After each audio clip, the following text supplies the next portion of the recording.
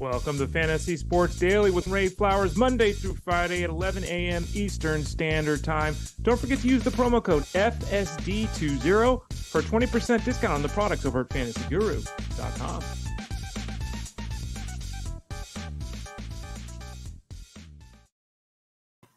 Morning and welcome to Fantasy Sports Daily. I'm your host, Ray Flowers. We're going to have some fun today. There's some injuries to talk about. There's some up and down performances to talk about. There's some historical performances to talk about. And I just might share something personal toward the end of the show before we take your comments. Leave your comments, your questions. We're on youtube.com/@ElitePlusNetwork live. We're on Facebook for the Fantasy Guru site live. We're on Twitter X live. So if you're at those spots, you can leave us questions. You can try on Twitter X. The questions don't seem to come through. It only seems to come through if you use Facebook or YouTube. So sorry about that. But show is live at 11 o'clock Eastern every morning. Again, I'm Ray Flowers, Monday through Friday. I'm here with you. The show is always stored at fantasyguru.com in the Elite Plus tab at the top right corner, or middle right corner, middle Elite Plus, the top of the Fantasy Guru page. You can find Fantasy Sports Daily with your local podcast network as well. Don't forget, we still have a few days left. I think Jeff Mann said yesterday, probably 9 days now left before this deal goes away. The VIP Platinum membership package is available right now at fantasyguru.com. Use that promo code 50 special, 50 special. And that gets you the old discount over at the website and gets you everything. Every article, every sport, DFS, seasonal, wagering, everything. Promo code 50 special for the VIP Platinum membership over there at fantasyguru.com. And again, leave your comments and questions here. We'll get to them throughout the show. What are we going to talk about today? Well, we got a lot to talk about today. Here are some of the things we're going to talk about. Elly Cruz, our cover boy, along with O'Neal Cruz this season for our 2024 baseball product at fantasyguru.com. We'll talk about his historical performance last night and just how good is this guy. Tyler Glasnow, massive letdown performance last night against the Reds. Pete Alonso moving up to second in the batting order. Javier Baez, who I wrote about at fantasyguru.com yesterday. We got some update from the team who apparently must have read my article, feeling they needed to address the situation with Javier Baez. Zack Gelof has struggled. Happ has struggled. Joey Loperfido with his first career home run last night. We'll talk a little bit more about him. Cristian Javier returning to prominence after that horrible first game back from the injured list. Edwin Diaz, another struggling effort. Justin Steele struggles yet again. On the injury side of things, Trea Turner, Luis Rengifo, Taijuan Walker, Jorge Soler, a host of Rays, Brendan McKay, Jeffrey Springs, Shane Baez, and then a Gavin Williams update with the Guardians. And then finally, Ray shares his home movies. Kinda? Now, this is going to be hard for those of you that don't have access to watching the show. So I would encourage everyone, if you're listening to this and you listen to the whole show and you think to yourself, I want to see what Ray shares. I want to actually see the proof. Again, remember, youtube.com/@ElitePlusNetwork. The videos are always stored there. I'm going to share some home movies, not home movies. You'll get it when we get there. Kind of a show and tell segment at the end. So hopefully you'll stick around for that. I think you'll like it. Maybe that's me being egotistical, but I think you'll like it. All right, let's talk a little bit more about Elly Cruz. You've seen it by now, I'm sure. Elly Cruz went 4 for 4 with 4 steals last night. I think I saw this morning, he has more steals than 18 teams. He has now played, 142 games in his career. He's got 22 home runs, 65 steals, and he scored 102 times. He's gone 25-65, or 20-65, excuse me, in 142 games, giving him a legitimate chance to his first 162 Major League games going 25-70. I mean, we're talking, Ricky Henderson, Eric Davis kind of stuff. And he has just continued to be phenomenal. He's batting .277 right now with a .378 on base percentage. We've talked a lot about him, and there is still a chance, despite this tremendous start with Elly Cruz, there's still a chance that the strikeouts eventually catch up to him. And the batting average ends up being .247, like it is for his career, versus .277 right now. But regardless, I think we can make the claim, and I have made it here on the show, the most talented player in baseball is Shohei Ohtani. Is Elly Cruz the most exciting? Isn't he? He goes 4 for 4 last night with the 4 steals, according to Sarah Slangs. At 22 years and 126 days, he's the 4th youngest player since 1901. 4th youngest player since 1901 to have 4 hits and 4 steals in a game. The only ones that were younger was Ty Cobb, Tim Raines, and some dude named Howard Fragow, who I got to admit, let's look this guy up because Tim Raines, Hall of Fame level player, Ty Cobb, historical great. Howard Freigau. His name is spelled Freigau. I'm probably even pronouncing that properly. He was born in 1902. He died in 1932. Wow, he died at 30 years of age. Not even 30, a couple days short of that. You look at his big league career, and it was, wow. So he went 4 hits and 4 steals in one game. For his career, he stole 32 bases in 579 games. So he did not steal bases. So, wow. He had 1 year, was pretty good, 1925. Hit 300, 8 home runs, went 70, stole 10 bases. But his career was cut short. I don't know. I wonder what happened to him. Should we dive on in? Let's dive on in. What the hell? It's Friday here on Fantasy Sports Daily. His nickname was Ty. He's Howard Freigau. His nickname was Ty. He was an American professional baseball player. Oh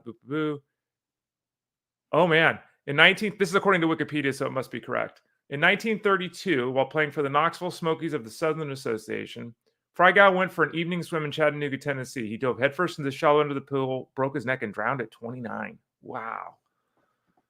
Wow. What a sad story. Way to bring it downer to Friday, Ray. Good job. Anyway, back to Elly De La Cruz. He's just been phenomenal. And it was really interesting. And I mentioned this all throughout the preseason. In years past, Elly De La Cruz had the skill set that would cause people to just draft him without concern at all. And this year, across the industry, I saw a really interesting trend, which was, well, you want to take him early, but the strikeouts, but the contact rate. There were even people suggesting he could be demoted if he struggled this year. Like, this was pretty widespread in the industry, which, again, I didn't understand, given that this type of player with this type of skills is always someone who's overdrafted each year. Always overdrafted. This year, he, again, wasn't even overdrafted. He was barely drafted at what should have been his cost. Hopefully, a lot of you got him on your roster. We talked about him here. I wrote about him. I said, look, I think what did I say? Let's say he goes 20-40. I think I said it something like that, right?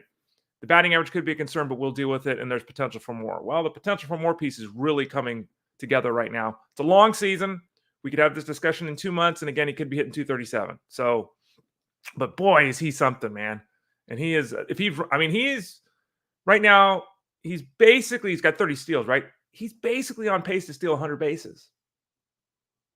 And this ain't no Vince Coleman, right? So, and he's basically Ricky Henderson with you couldn't have a more different body build. But that's what he's doing. I comped him to Eric Davis. I think that's much more of an accurate way to put it together. Same team, too, by the way.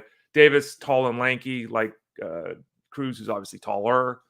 But boy, is he doing things. It's been spectacular to watch. Tyler Glasnow was a lockdown, solid, must start yesterday.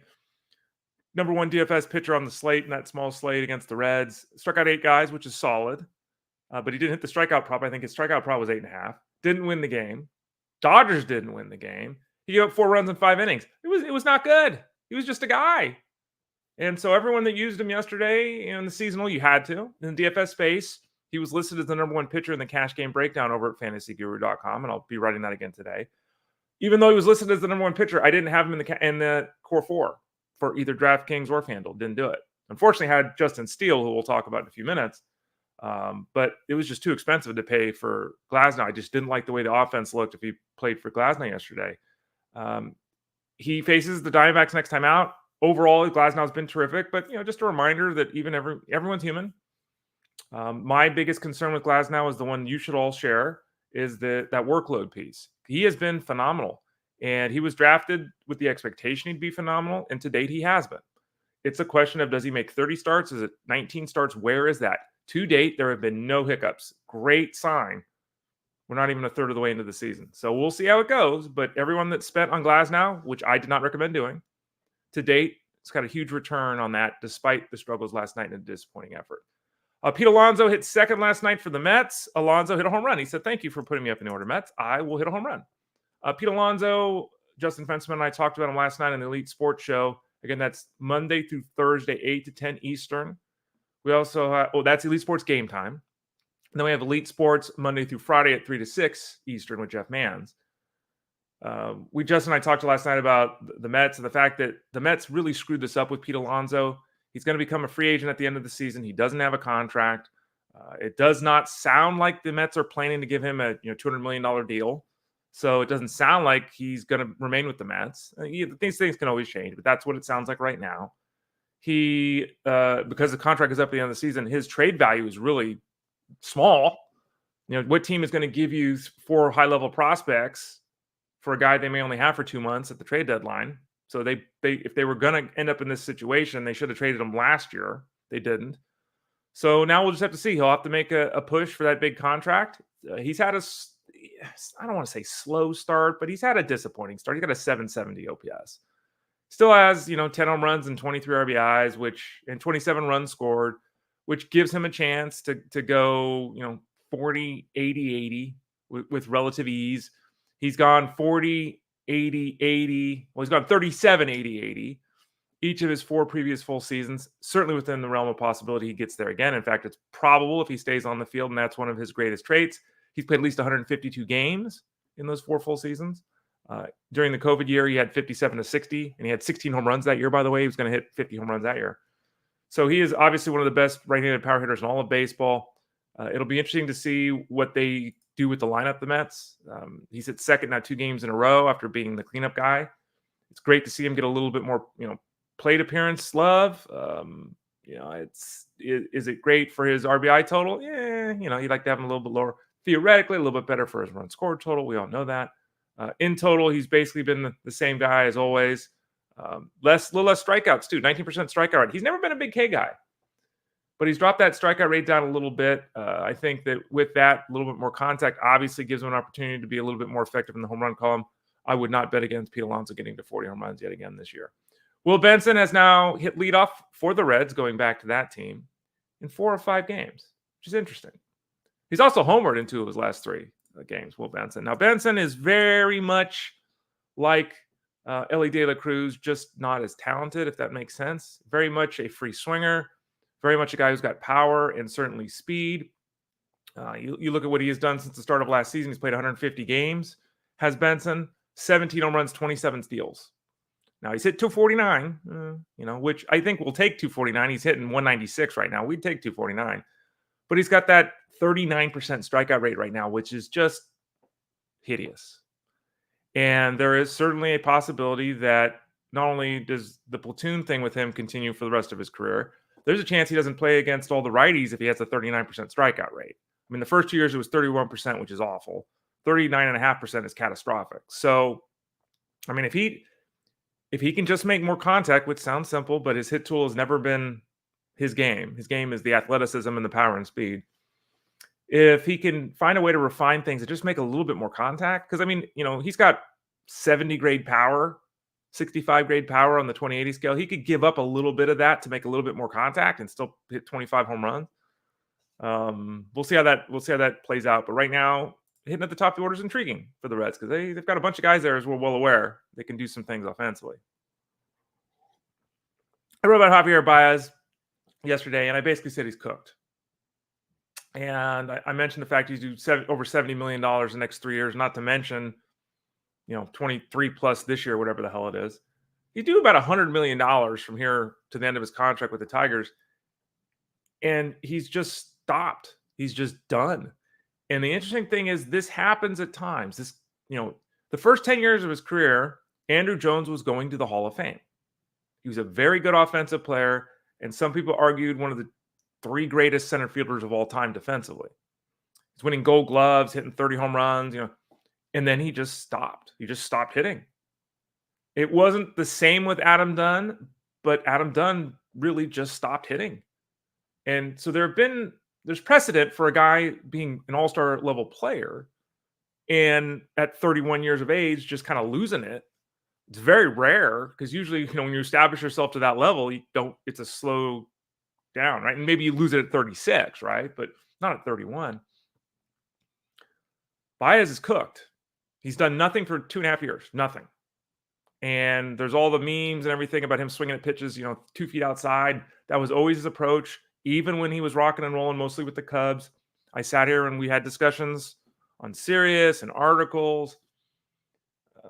We had discussions about the fact that this guy's approach is awful. And he's walking thin line of, things go a little bit wrong and things go really wrong in the fantasy space. Well, they've gone really wrong in the fantasy space. I looked at the stuff yesterday, the data. I don't see a reason to think, other than he's Javi Baez, I don't see a reason in the data to think it's going to change tomorrow. The team came out and said, AJ Hinch, the manager, said he's going to play a lot because I guess, like I was joking earlier, they must have read my article where I said he's cooked. We got to do something here. I mean, this is one of those scenarios where the Tigers, they got stuck with Miguel Cabrera too. You sign, and this is something that teams are, they'll sign the 20-year-old to the 8-year contract, right? I don't know how many teams are going to, like Peter Alonso is 29 years old right now. What kind of contract is he going to get in terms of length? It'll be really interesting to see. Because a lot of these longer-term deals, 6 years plus, they get these big money deals get given to the guy who's 28 years old after he finally gets to arbitration, right? And they give him a 6-year deal, and the second half of the contract, he's kind of just a guy. The Tigers would love if Javi Baez was just a guy. He's not even that. So anyway, just a rehashing of Javi Baez. Zack Gelof went 1-for-3 with an RBI. It's his third game since he's returned from the injury list. Let's look at him again. He was somebody that was spectacular last season, completely out of nowhere in terms of the success of his offense. 14 home runs, 14 steals in 69 games. A lot of people were all in, like way in with Zack Gelof at the start of this season. I was not expecting it to be this bad, but I certainly wasn't all in. I was not pushing Gelof up the rankings. I wasn't telling everyone to draft this guy. I wasn't screaming out 2020 and in fact, I think I wrote something at some point. Maybe he goes 2020. Like, you go 14 in 69 games. People start dreaming of 30-30, right? I was like, I don't even know if he goes 2020. Well, he's been bad. He's been really bad, and he's been hurt, and it's 111 plate appearances. So let's not draw any long-term, positions from this. But after an 840 OPS last year, it's 571 this year. He has gone from an all-star caliber performer to trash. And one of the big problems he's had is, say it with me, folks, the strikeout. Last year, I had a 27% strikeout rate. Not great, but it's fine. That's the year we're in. Okay. It's 34% right now. That is not fine. That does not work. 34% strikeout rate does not work, and he's batting 188. His batting average on balls in play went from 330 last year to 270 this year, 315 for his career, which is still a solid mark, right? But when your batting average on balls in play dips, right, 50 points or 60 points, I can't count, and your strikeout rate goes up to 34%, you have no hope of producing in batting average. You can't do it. You don't put the ball in play. And you're not getting fortunate with the batted. So Gelof, the positive for Gelof is there's no reason for the Athletics not to just play him. Now, there's always the chance they drop him to the 9th spot in the order. There's a chance they demote him. It's the Athletics. But there's no obvious objective reason for them to do anything other than continue to play him. He should pull out of this. I do think he's better, obviously, than a guy that's struggling to stay in the big leagues. I don't think he's a superstar performer. I don't think he's ever going to be a superstar performer. And I hope it's not a Brett Lowry situation where he was at his best right at the start of his career. I think he'll settle in as a very effective player. I think that, he's a 250, 15 kind of player. Is he going to get there this year? It would take a lot. It could happen. It would take a lot. But I think that's the kind of player he is, and hopefully you didn't overly draft Gelof. Ian Happ is someone who I would have said draft, and he's just not gotten it done. Now, he's 29 years old. He's in the middle of a long-term contract. He's been very consistent, has Ian Happ. Last year, he had a career stolen base total of 14. He went 20-14, 80-80. He's going to play every day, which is one benefit to him. One negative to him is he's playing every day and he's not doing anything. What's the reason here? Well, the strikeout rate is up, not to the previous levels of horridness that we discussed, but it is up 5% from the last 2 years at 28%. Not great. Still walking at a 13% clip, so we can live with that. The real issue for him, like so many others this season, is that he simply is not driving the baseball. He's got a 100 isolated power mark. What? 100? His career mark is 199. Not even half of his career average. That's very strange. Isolated power is basically the amount of damage you can do. I use the term all the time. You can find it in the sabermetric primer at fantasyguru.com. Basically, isolated power is slugging percentage minus batting average. It's the amount of damage you do when you hit the baseball. Half his career number. His exit velocity is the same. His launch angle is the same. Hard hit rate's down a tad, but not catastrophic. Barrel rate's down a tad, but not catastrophic. there's not a lot going on here that says he really deserves this. I will say that he does have the highest ground ball rate of his career, which is less than ideal. Obviously, it's hard to drive the baseball when you're hitting everything into the ground, and that ground ball rate is 49%. That's too high. His career mark is 44%. A lot of times we talk about these numbers, and it doesn't sound like it's crazy bad off, but 5% in this category plus 5% in this category, yeah, it's only 5%. But those two things together, more ground balls, more strikeouts, it's a terrible combination if you're trying to drive the baseball. So I think he's just a little bit out of whack. I would expect him to improve as we move forward here. I think he's a fair buy low candidate because he has been bleh. You got to remember the Cubs have dealt with losses of Suzuki, the loss of Bellinger.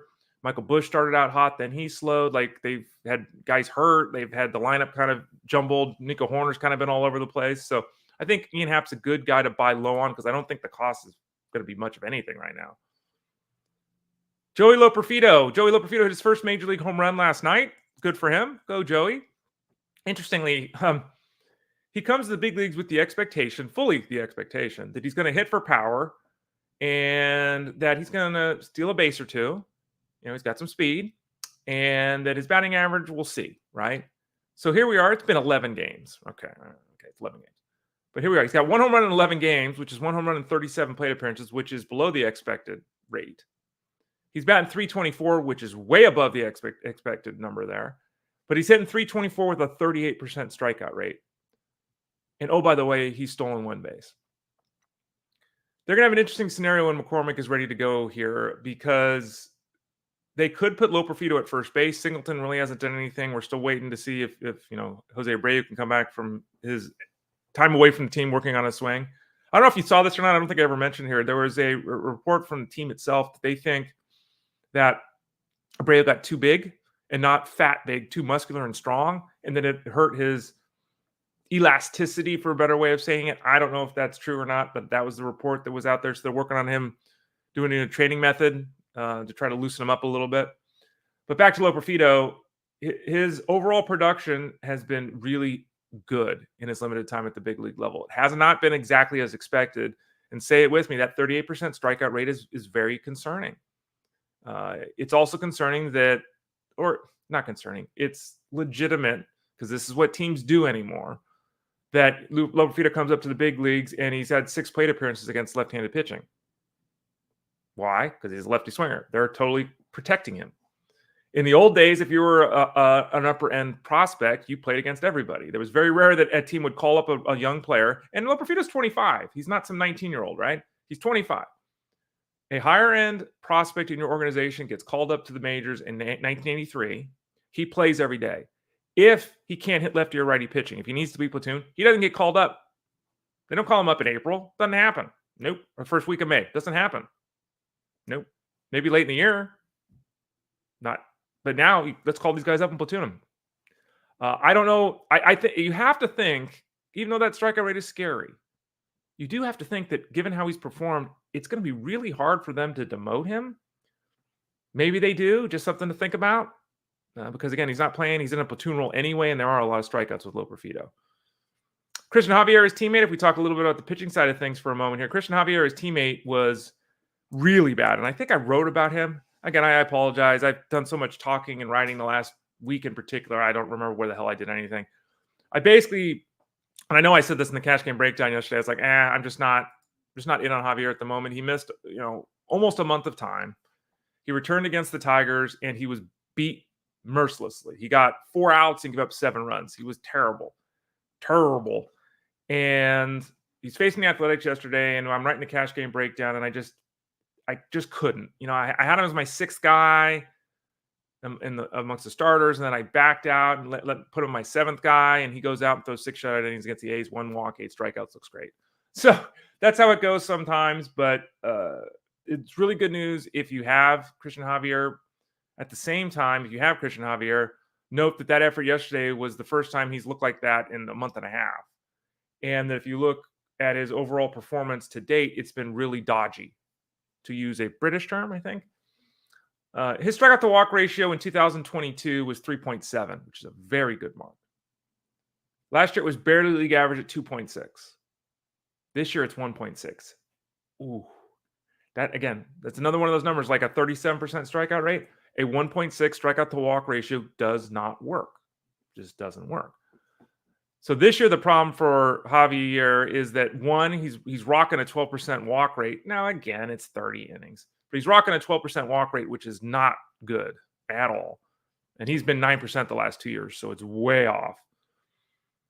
And then a strikeout rate, which was elite at 33% in 2022, was league average last year at 23%. In the early going this year is 20%. And let's pull him up real quickly and look at this. He basically, Javier's issue, and it's one that there's other starting pitchers have too, and it's one that we talk about a lot, is that his repertoire is not deep for a starting pitcher. He throws his fastball 38% of the time, the slider 31% of the time, the changeup 28% of the time. Okay, so at least he's got 3 pitches. It's not just 2 pitches. He has a release point that's a little different, and so it allows his fastball to play up, right? The problem with it is, since the start of last season, it hasn't really gone that way. It hasn't really gone as expected. Let's pull this up. So his spin rate is basically the same on the fastball from a couple years ago. So 2022 was when he was a star. It's basically the same. His extension is basically the same. The amount of oomph hit on his pitches is drastically different. The exit velocity was 89 miles an hour for batters in 2022. It's almost 92 miles an hour this year. Huge difference. Expected WOBA on his fastball in 2022 was 273. Last year it was 342. This year it's 377. His fastball, A, is not grading out like it used to. B, his release point has changed on the fastball. And C, the results of his fastball have drastically altered. And when you throw a pitch 40% of the time, and, guys are hitting 270 off it with the 595 slugging percentage, we got problems. So I'd still be cautious with Javier, because this is not 2022 Javier. Maybe he pieces this together and pitches his way around it, but his stuff is not what it was. And given the fact that he was kind of on the edge anyway, a little concerning. Cristian Javier, more of a guy, a streamer, than Cristian Javier. So make sure you don't just buy the name, because there's some other things going on here and they're not necessarily good. Edwin Diaz had another blown save last night. I sat here with all of you in the preseason. I know I said this here. I sat all preseason. Edwin Diaz being overdrafted. I don't get it. He was the number 1 or 2 closer off the board. I don't get it. I said it at the time over and over again, not just because he didn't pitch last year, but because he was being drafted in the 4th round. Like, what the hell's going on here? For a guy who, I've said it over and over again, has 135 save season. His save total right now of 5. He's getting almost tripled by Kyle Finnegan, who was literally drafted 20 rounds later. Like, I don't understand this. Diaz has now blown 3 saves in May, and it's been rough. The Mets are not winning a lot of games, right? And so Edwin Diaz, your 4th round, 5th round draft pick, is on pace for 20 saves. He's got 3 blown saves, which is the same number of blown saves he had in 2022. His strikeout rate is still really good, but 38% is way off the 50% rate that he had last time out, 2022. His walk rate is his worst level in 3 years. Nothing is bad here, though. Like a 102 whip and a 38% strikeout rate, these are still phenomenal numbers. But this is the danger of the reliever. It's that when you spend all that draft capital on the guy, you need 38 saves. If Diaz strikes out 102 guys and saves 26 games, whoopity-doo. Here, if Kyle Finnegan saves me 33 games, I don't give a damn if he has 68 strikeouts, right? So the early returns on Diaz have been disappointing, and certainly based upon the expectations of people that drafted him, they're pissed off. Luckily, hopefully, at least all of you didn't do that, because we talked so much about not doing it here in the preseason. Justin Steele, Justin Steele, my breakout pitcher of the year last year, who did break out last year, was a star for everybody in the fantasy space. Let's hope that Brian Wu, with his 2 outings, is on track to. It's going to be hard for him to be the breakout pitcher of the year because of his workload total. But if he can pitch the way he did the other night, we're at least going to get a good effort out of Brian Wu. But back to Justin Steele. First 2 efforts, he hurt his leg.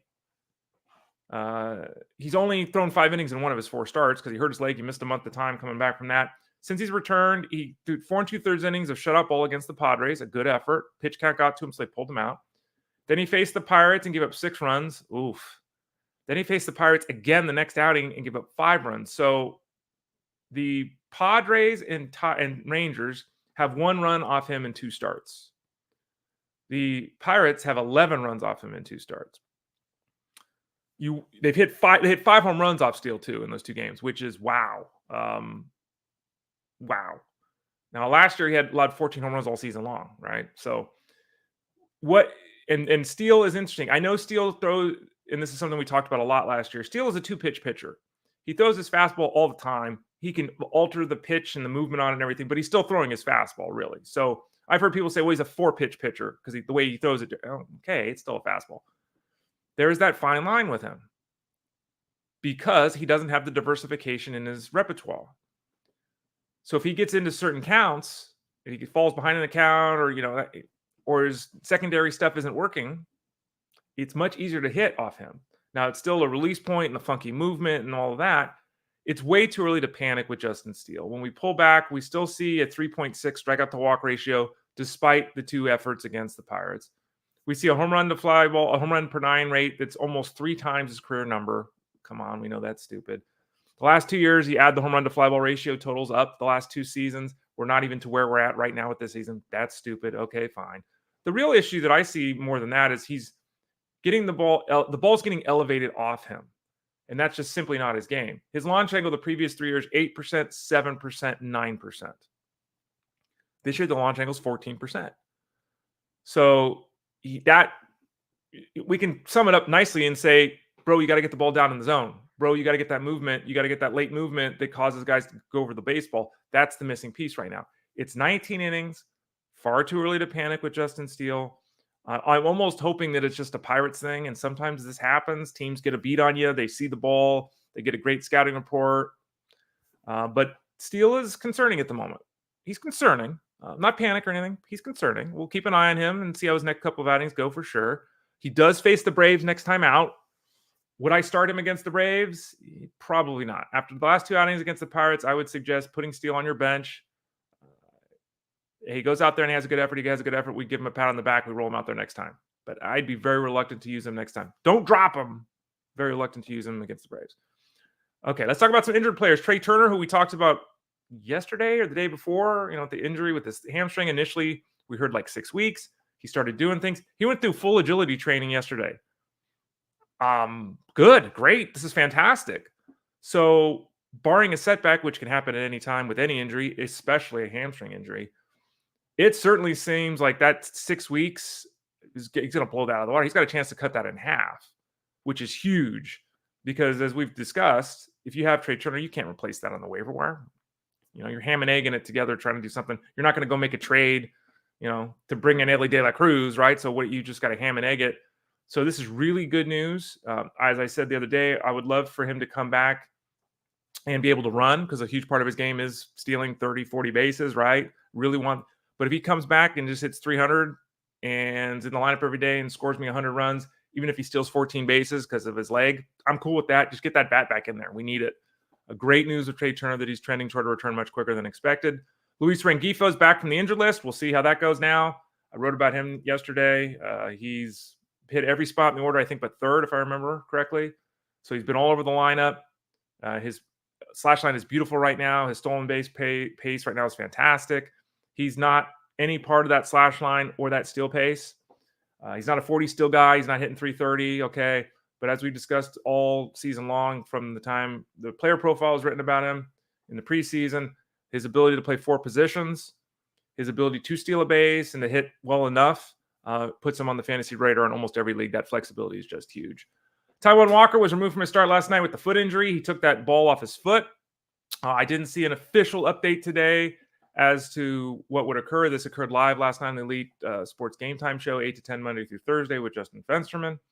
I mentioned it last night. Everyone's mentioned it probably by now. But Walker obviously came back. Walker was down, so Spencer Turnbull was in the rotation. Walker returned, as we talked about here on the show. That meant Spencer Turnbull was losing his rotation spot. That's what happened. If Walker is now down again, it's easy to go back to Spencer Turnbull. So if you want to be one of the proactive people, it might have already happened last night. Run to the waiver wire and grab Spencer Turnbull. We'll see.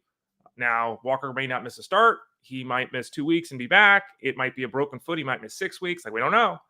But if you're willing to take that roll of the dice, which I know a lot of you are, and Spencer Turnbull's still on the waiver wire. You can throw that dart, though. We don't know the time that Walker's going to miss, if any, and we also don't know.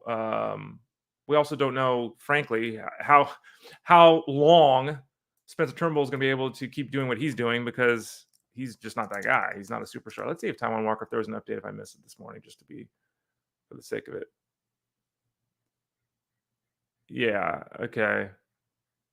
X-rays were negative, so they're just going to have to see. So we don't have an official update on Taijuan Walker. Jorge Soler is going to play another minor league rehab game. They're going to see, 0 for 4 on Wednesday. Tried out again yesterday. For those people that missed it, I think I mentioned it here on this show. Soler was in the batting cage, and he hit a ball up off the batting cage, and it hit the batting cage and came down and hit him on the head. And pro players are too cool to wear a helmet in BP, so it hit him right in the head, kind of hurt. Yeah, that was uncool. He's appeared now in 2 games down on the farm. He's got a couple of hits. He's 2 for 7. Got an RBI. He likely will be back in short order, potentially this weekend for the Giants. He's had a rough start to the season. The shoulder issue, how much power is he going to have when he comes back? That's the thing. But should be ready to return either this weekend or early next week if you have Jorge Soler on your team. Now a whole series of guys with the Rays. Brandon McKay has been shut down for throwing because of an elbow issue for 5 to 6 weeks. For those people that don't remember, that now 28-year-old Brandon McKay was going to be Shohei Ohtani before Shohei Ohtani. He was going to pitch, and he was going to DH and play first base. He was a two-way player. The expectation was that he'd be able to do that. The Rays, and they mix and match. They find ways. Like, it's an extra guy this is the perfect place for him to be this player. It just hasn't happened. They ran an MRI, and he's got a flexor pronator strain. He's got a UCL sprain. Like, we're getting to the point now where I don't know if he could transition to hitting and make it. What I do, unfortunately, know is his arm just doesn't hold up. So he might have no choice but to try to just be a hitter. And again, I don't know if that would work. But it's really sad because he would have – this is a guy that could do both. He could throw 92 miles an hour, and he could hit a home run. Like, it really was an exciting player, and his career is – I don't know, it's not over at 28, but let's root for him. How about that? We'll root for Brandon McKay, but again, he might have to just become a hitter. We'll see. Jeffrey Springs, who's coming back from the elbow issue of his own, faced live hitters on Wednesday. So the other day he threw some live BP. He's going to go on Monday and make a start at the rookie level in the Florida Complex League. So expect him to go out there and dominate those kids. And then it's a matter of ramping him up. He's coming back from Tommy John surgery, of course. The hope for the Rays is that around the All-Star break, he could be back. That would be obviously a boost to fantasy squads. If you have an inkling, space, unlimited IL spots, you want to add Jeffrey Springs, go for it. Don't add him now if you have just bench spots, no IL. If you have 3 IL spots and they're full, don't make a move to add Jeffrey Springs. We're a long way away from him. Even, it's probably a couple months, best case scenario, from him pitching in the big leagues. And even at that point, you never know what you're going to get, guys coming back from surgery. And he obviously wasn't a dominator before the injury. His other teammate, much younger player, Shane Baez, who could be a dominator, who could be a front of the rotation guy, was pitching yesterday, gave up 1 run over 3 1/3 innings. He struck out 3, gave up 2 walks, only 5 swinging strikes, which is not good. But he did throw 49 of 69 pitches for strikes, which is excellent. So he was in and around the strike zone all game. He walked 5 guys in the previous outing, so this was much better. That control-less effort erased with the control-filled effort last night. There's no timetable for him to come back either. I think it's very reasonable to expect him to be available earlier than Springs. At the same time, he's younger in the future, so the Rays are going to be very cautious here. They're not going to push him at all. Springs is kind of like, found gold. Shane Baez is a diamond that they already know. You know what I mean? So we'll see with Baez, but he's the more exciting of the two between Baez and Springs for me. I think for most people. And Baez has the potential to be, he throws 98 miles an hour with upper echelon stuff, like legit top of the rotation stuff. He could be a star in this league. So when he is promoted, whenever that might be, expect there to be fierce bidding for his services. I still think we're a while away from that, though. They want to make sure that there's stamina and he's good to go. Gavin Williams, who was supposed to be that guy for the Guardians, just the latest in the long line of Guardians pitching prospects dealing with injury. He's got the elbow issue. There's been starts. There's been stops. There's been concern. There's been less concern. There's been more concern. He threw 50 pitches on Wednesday. in a bullpen session, his arm felt good. And remember, when he started ramping up this most recent time, he had issues and they had to shut him down. So hearing he threw 50 pitches and felt good is great. He's going to throw another bullpen session today. If that goes well, then we move on to minor league stuff, right? And I think that with Williams, because again, he is the foundational building block of this organization too. They've had the issues with McKenzie's arm. They've had the issues with Espino's arm. They're going to be cautious with Gavin Williams. I think it's reasonable at this point in time to think that he's back with the Guardians in June. We'll see. Okay. Now it could be July. They could make it after the All-Star break. Like, we just don't know. I think it's reasonable I didn't say June 1st. I said in June, right? So that could be June 25th. I think June is a reasonable return date for Gavin Williams if he can avoid the setbacks that he's kind of dealt with at this point with his arm. Finally, Jason Heyward. And just to bring this up, and we've talked about it previously, but Andy Pages, I think he's got 6 strikeouts his last night at bats. He started to slow. I mentioned this when he was promoted. Like, I was worried about his spot on the roster once Jason Heyward was ready to return from his back issue. Hayward's back with the team. He's completed his rehab assignment. He's about ready to be activated. We don't know what the move is going to be. Is Pages going to get sent down? Would they release Enrique Hernandez or Chris Taylor? I mean, they owe him money. They're veterans. I kind of struggle with that being the move. Maybe James Outman gets demoted because James Outman has been terrible this year after last season's breakout rookie effort. That's a possibility. They could demote Outman, but they're going to have to make a move here. And his return, Heyward, who was very effective last season, who's likely to play against most right-handed pitchers, his return makes things more difficult no matter who is left. Makes things more difficult for Taylor, Hernandez, Pages, Outman, all of these guys, because he starts to jam things up from a platoon perspective, because he gives, solid big league professional at bats, does Jason Heyward. And again, he was pretty good last year, kind of out of nowhere. So we'll keep an eye on that to see what changes, or if any, what changes are made, because they have to make a change with the roster move here moving forward. Oh, by the way, looking at this thing, it's not for no good reason. Ian Happ, we were just talking about sitting second today. Say Suzuki's getting the time off. So number 2 spot is Ian Happ. Maybe that'll help him jumpstart things here, as we talked about a little bit earlier in the show. Okay, so I hinted earlier that I was going to show you all something before taking your calls, your comments, or questions. And I don't really know why I wanted to do this. I'll be honest with you. I'll tell you exactly why I want to do this. I'm a little tired. Just be honest. I'm a little tired. And woe is me. I'm a fantasy sports person, right? I haven't had a vacation since before COVID.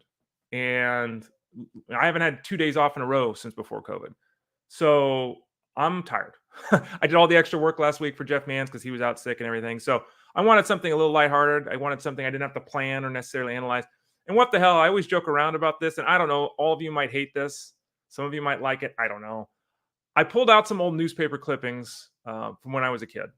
Because, we joke around, a lot of people in this space. You watch them throw a ball or you watch them shoot a basket and you're like, oh, you never played sports before. And I always talk about it. We joke about it. I was a pretty good athlete as a kid and the whole thing. And well, why not? And I just found some old stuff from Pony League Baseball when you're 13 and 14. I think the stuff I'm going to show you was when I was 14. Might have been 13. I think it was 14 though. Actually, I know it was 14. So here we go. Memory lane. Socks roll off the carpet. And my mother, who, bless her heart, used to cut out these things out of the local newspaper, underline my name because otherwise you wouldn't be able to find it. Okay, here we go. In the bottom of the third, Ray Flowers, and this is the thing, I say this all the time and people that meet me now laugh. I'm about 6'4", 190 right now. When I was 14 years old, I was 5'10", 180.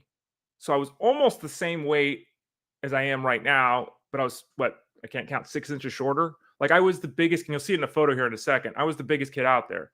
Husky, burly, these terms are always used for me. And people see me now and they think, I hear all the time, right, eat a sandwich. Well, I was that kid when I was younger. I just got thinner as I got older. In the bottom half of the third, Ray Flowers, the burly Sox first baseman, hit a tape measure job over the left field fence. Ray's drive cleared the barrier by some 50 feet and landed halfway up the parking stalls. Boo! Yeah, I was the cleanup hitter. I was the home run guy. And I used to hit the ball pretty good. I actually did. I'll just give myself a pat on the back. Here's the picture. I wish I could make it a little bit bigger, but you can see there the grouping of teammates and how clearly I'm not just the biggest, I'm also the tallest. There's only one kid that's within my head. So I was a big kid. And I've always loved this title, Flowers That Boom in the Spring. Last name's Flowers. We were playing baseball in the spring. Like, that's a really good title, right? What does it say there? I can't really read it. It was after one of my home runs. I don't know. The guy's giving me high fives. And I always told the kids then, and I repeat it now, don't ever touch my butt. And don't slap me on the head. I told everyone, no. High five me, shake my hand, cool. No one's touching my ass. No one's hitting me on the head. All right. And people respected me, so they didn't do it. But yeah, Flowers That Boom in the Spring. All right. Pony League All-Stars. Wow, here it is. Look at this one's got stars. Oh, man, I can't really read this. Shoot. Let me pull this, see if I can pull it up real quickly. If I have it here so I can read it more directly. Newspaper. Let's see. I think that's it. Here we go. Okay, yes, I do have it. Here's what it says, even though it's very hard to read. Thank you, Mom, for the asterisks. It was a curveball. This is me being quoted. It was a curveball he threw me high and outside, and I didn't hit it well. A happy Flower said Foster City Pony League's Husky. I'm Husky in this one. First baseman said moments after a single to right field drove in 2 runs to give the local All-Stars a dramatic 2-1 victory over Los Altos. Maybe it didn't equal, for distance anyway, some of the Ruthian blasts the Burley Flowers blasted during the regular season, but it will do. And at least one more dramatic blow comes along in the waning seconds of a game apparently hopelessly lost. Hey, there you go, right? So there's me and Jason Priscilla. His father was a professional baseball player, if you remember the name. The field, I think, at Sarah was named after him. So there's me winning a game in All-Stars. So I just wanted to share that stuff. And I don't know, maybe that's super stupid, super corny, all that kind of stuff. But yeah, I just wanted some proof that I wasn't one of the guys that does this because they couldn't do it when they were young. People ask me all the time, Ray, why didn't you keep doing it? I've told the story before. I won't go into full detail here, but my dad had a really bad car accident when I was in high school, and my life changed. My dad was in a coma for 3 months. He didn't woke up, didn't know who any of us were, couldn't read and write, couldn't walk, any of that stuff. So he was in the hospital for 11 months before he even left. So, and this all happened when I was 16 years old. So I had more important things to do than play baseball, which is that's like my one regret, to be honest with all of you. I think I definitely could have played college baseball. I'm almost positive I could have played in the minors. Whether I made the pros or not, I mean, that's probably not. Let's be honest about that. But I was really good. But my life and family came first, so it didn't extend out past much past 16. But for a while there, I was pretty good, even though I was husky and burly. I know, right? Okay, let's get rid of that. Let's get back to some of your questions here before we shut things down. Mario says, "Good morning, Mario. You too, Doug, Jason L. Friday, let's go. Yes, exactly. Let's go Friday. Let's have a good weekend, everyone. I hope." Mario E says, "A 12-team head-to-head points league. Do you believe that there should be a limit on the number of pitcher starts?" I would say it this way. I think the answer to your question depends upon how your league is set up. One of the reasons I don't like head-to-head, and I've told this story a lot, is that you have to have very strict rules in place or people will abuse them. If the waiver wire is open every day, which a lot of leagues apparently do, I'm shocked by the number of leagues that have open waivers. If the waiver wire is open every day, there has to be a limit. There has to be. Because you don't want someone just throwing 90 innings every week because they just grab everyone, right? If your waivers run once a week, I don't think you need a limit because you can only pitch who's on your roster. So it depends how your waiver wire is set up. I think it's very much, it's very, what's the word? Communistic to tell people you can't do something. If I want to start 19 starts this week and blow my ratios up to win the strikeout and win column, should I be allowed to do that? Or the points, innings pitched? I want to give people the freedom to manage their roster all they want. If people want to be looking at this different and say, look, I don't want to pitch these crappy guys, right? I don't want to be pitching Alex Wood. I'm going to start 7 relievers each week and win the ratio categories. Okay. So I think everyone has to decide how you want your league to run. For me, should there be a limit to the number of pitcher starts? Well, if there is a limit to the number of pitcher starts, you have to make sure that your provider allows you the ability to do that. Because what has happened to me in the past, and this is, again, I haven't played a head-to-head league in a decade. I've told the story many times. When I did this, let's say you had 1 start left going into a Sunday. If you had 3 pitchers starting on Sunday, the software let all 3 of your pitchers pitch. So maybe the limit was 10 starts, but you got 12. Okay. I assume they don't do that anymore. I assume they cut it off, but then I guess what happens then? Well, yeah, my system does that, right? Okay. What happens if all 3 of your pitchers that are pitching on Sunday all are at 1 o'clock. How does the computer pick which guy is active? They all have the same start time. If one guy's at 1 o'clock and the other two are at 4 o'clock, well, then it just takes the guy that's early. What if they all have the same start time?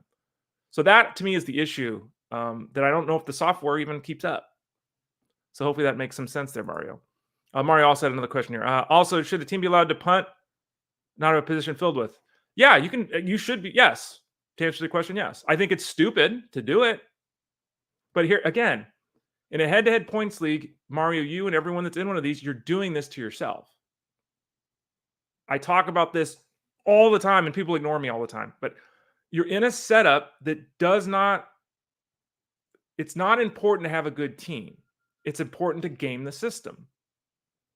Everyone's looking for the SP that qualifies at RP or the RP that qualifies at SP, right? Everyone's looking at which categories can I cut out. Look, if saves in my league are worth 10 points, I need relievers. If saves in this league are worth 3 points, maybe I don't even need it. I don't even need to worry about it, right?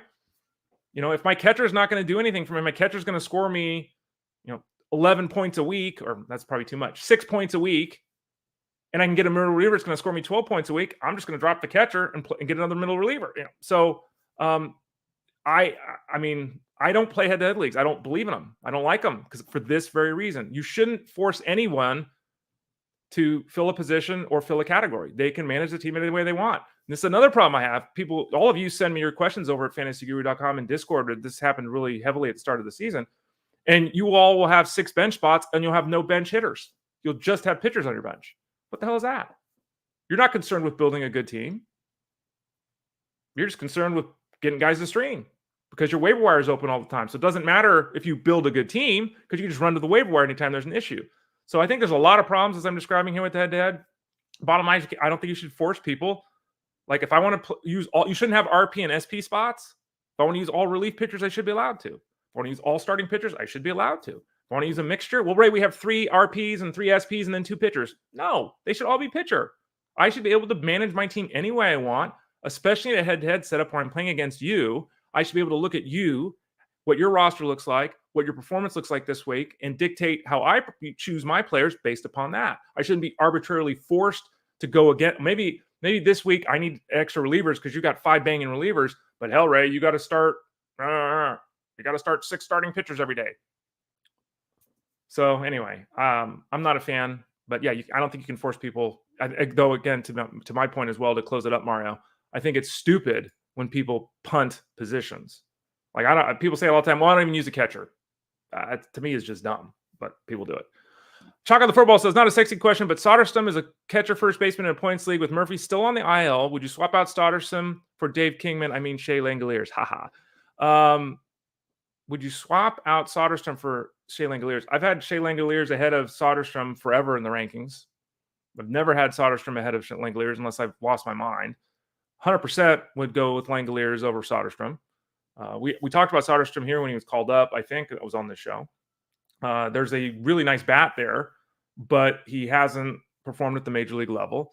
Langoliers has been incredibly hot the last couple of weeks. He's been written about multiple, 4 or 5 times in the cash game breakdown over at fantasyguru.com. So he's really been pounding that there. Yeah, I'd make that move to Langoliers over Soderstrom.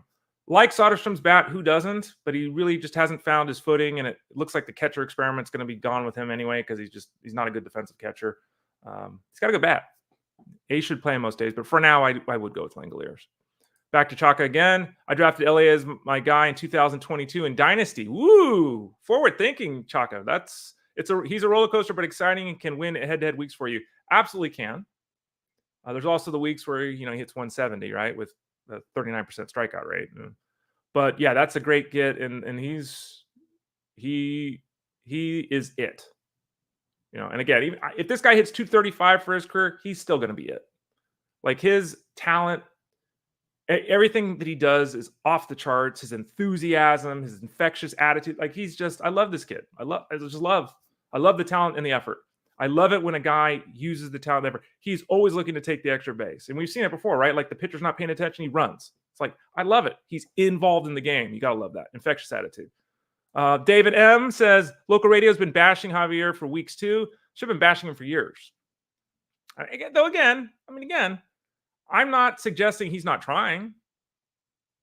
He just lost it. It's not his fault that he got overpaid. which at the time he felt was being underpaid. But it's not his fault. I mean, I get it. You got to bash somebody when your team isn't performing up to expectations. And you live in Ann Arbor, yeah. So you're right in the thick of it there, Doug. I never got to see Tiger Stadium. It's the only old stadium I didn't get to see. I always regretted that a little bit. Rubby17, great trade for the Cubs to get Crow Armstrong for Baez. Yeah, it's certainly looking that way. Crow Armstrong is a very dynamic player, a Gold Glove caliber defender, a good bat, tons of speed. Yes, very good trade for the Cubs there in retrospect. David M says Baez is great defensively, though. He needs to start hitting with power. He just needs to start hitting.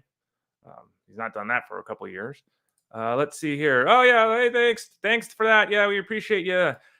Who is hacking a show on YouTube to post spam? Goodness gracious, get a life. Rubby17, he was must-see TV during his Cub days. Well, he's always must-see TV because he's got that infectious attitude too. He's loud. He's doing things. The skills when he was going, man. He's flinging the ball over the field. He's bashing balls into the seats. Like, yeah, he was stealing bases. Yeah, totally exciting. Just unfortunately lost it now. Batting average just discussing this year. In my 6x6 Roto League, says Chaka, top average is 267 and 8 teams are at 256 and lower. Well, the league hit, was it 248 last year? What's the league hitting this year? Let me pull this up as we're talking league stats. The league is hitting 239. So having, half your league or 2/3 your league be under 256, the league average 239. That's just where we're at.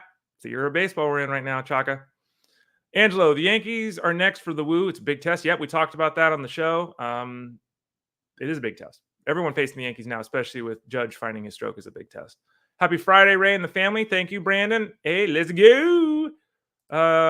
Angelo, I just spent the past few hours adding springs to all 7 of my teams into the aisle. Well, good luck with that.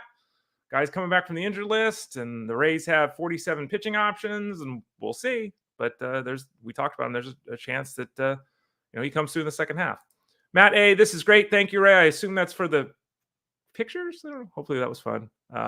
Jason L, yeah, Ray, thanks for sharing. Okay, so that was what it was about. Thank you. I appreciate that. Rubby17, these are great. Mario, all right, Mario. I put your swear word on there because, yeah, you're right. This is good shit. Thank you, Mario, and thanks for the well wishes about my dad. I appreciate that. And Angelo, yeah, we know Rengifo's back. We talked about it the last couple of days. Okay, so everybody, thank you. I appreciate it. Thanks for listening to the show. Thanks for participating in the show. Again, tell a friend. Tell the friends that Ray Flowers shared Pony League newspaper clippings. You never know what you might see here on Fantasy Sports Daily, Monday through Friday at 11 a.m. Eastern Standard Time. Later today, I'll be posting the cash game breakdown at fantasyguru.com. I'll also be posting the closer grid. We're updating that. As you can see on the screen there, if you buy either the baseball DFS package or the baseball wagering package, this special is still on right now. You basically get everything else besides football. Buy DFS baseball, buy wagering baseball. You get the rest of the season in hockey and basketball. You get PGA, MMA, soccer, racing. How was that story in golf too? Guys getting arrested and then going back out to the course. Wild story there in the PGA. We've got all of those sports added to the DFS baseball and the wagering baseball for free if you sign up right now. And when you do that, you get those sports. You get for like basketball and hockey in particular. You get the wagering and the DFS for both, so you get it all. So check that out right now. The football package is about ready to be available. That launches on June 1st. You can still get the franchise mode, if I'm not mistaken, right now for football, which is all the off-season coverage of all the player movement, all the scouting reports, and all the draft information through the draft. You get access to all that right now. June 1st is the day that the draft product drops at fantasyguru.com for 2024. And then finally, don't forget the VIP Platinum membership, 50 special, 50 special is the promo code there. That gets you a 50% discount on everything we do at fantasyguru.com. I know that time is coming to an end for that promotion. I think it's got like 9 days left, if I'm not mistaken. So we might want to check that out now. Before it goes away, you can get everything we do at fantasyguru.com. Click the subscribe now tab at the top right. Use the promo code 50 special and get a 50% discount on everything at fantasyguru.com. All right. That's me. When I had hair, when I played baseball. I'm Ray Flowers. Follow me on the Twitters and X's and live streams this. And what am I talking about? Threads and at the Ray Flowers. That's where you can find me. And you can always find me at fantasyguru.com. This has been Fantasy Sports Daily. Have a great weekend, folks. Ray Flowers out, powered by fantasyguru.com.